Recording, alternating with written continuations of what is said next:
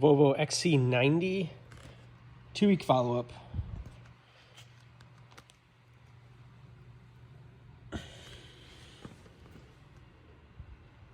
Now we're not actually, this wasn't actually pulled and extended in. We just got our extensions measured just precisely so it actually tucks right in there. That's the magic of Amber's actually really good at measuring that stuff. I don't know, I was never able to do it. And we get our measurements, like we tried to at least get it like dead on, so we don't actually have to cut in here if we don't need to, and we don't have any wraparound. Anytime you wrap around in here, it's always gonna lift, so it really needs to be cut on your painted surface. You can see, like, these aren't actually wrapped in edges, but I hook them right around the corner. And I don't use any kind of Pro Bond or adhesive promoters. That's just how you install. And of course, you're gonna see some visible lines around things like this. Like, there's no way to tuck this. If you pop this out, you'll see, I guess I'm stupid this morning.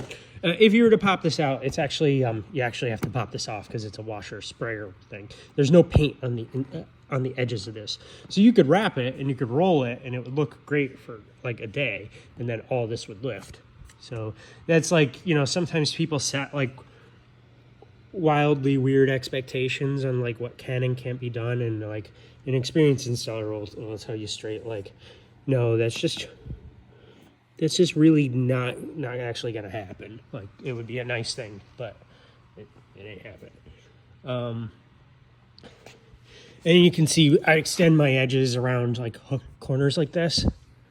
So instead of having the edge out here, I just come in here. And that's kind of like, you know, we'll price it without doing stuff like this.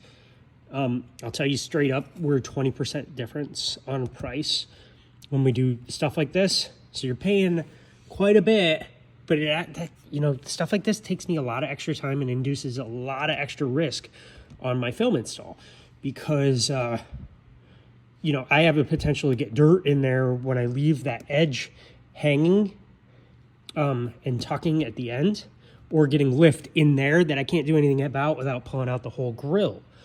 So I've got to charge enough to actually do the pieces over. So that's that. So, you know, I give people choices. You know, you can have your standard install, you know, and then people are like, well, why are your prices different? Sometimes they don't even ask me. That's why my prices are different. I price to start where I want an install, where I prefer to install, and then when you tell me that's too much money, I say, okay, here's where we can compromise. And anyway, here's the charging door. You can see I have no seam. I wrap right in. It's nice and clean. There's no, you know, it's nice and clean. Nice and clean. This is a tricky spot right here.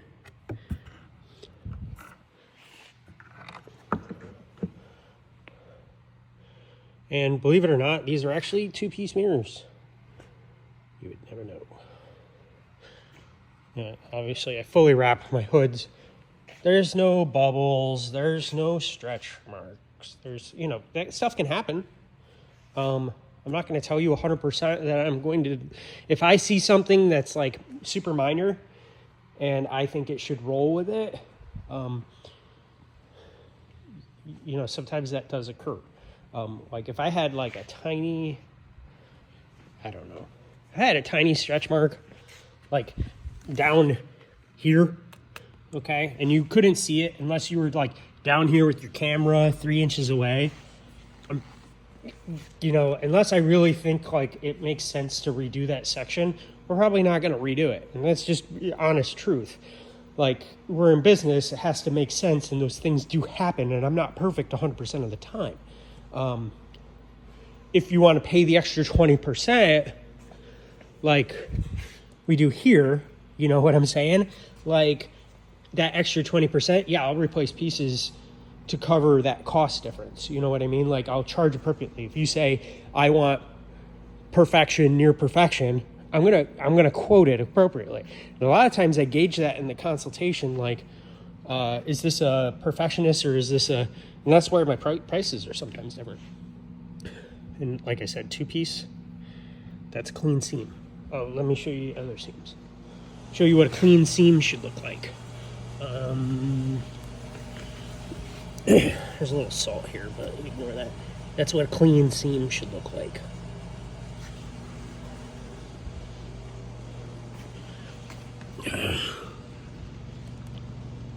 That's what a clean seam should look like.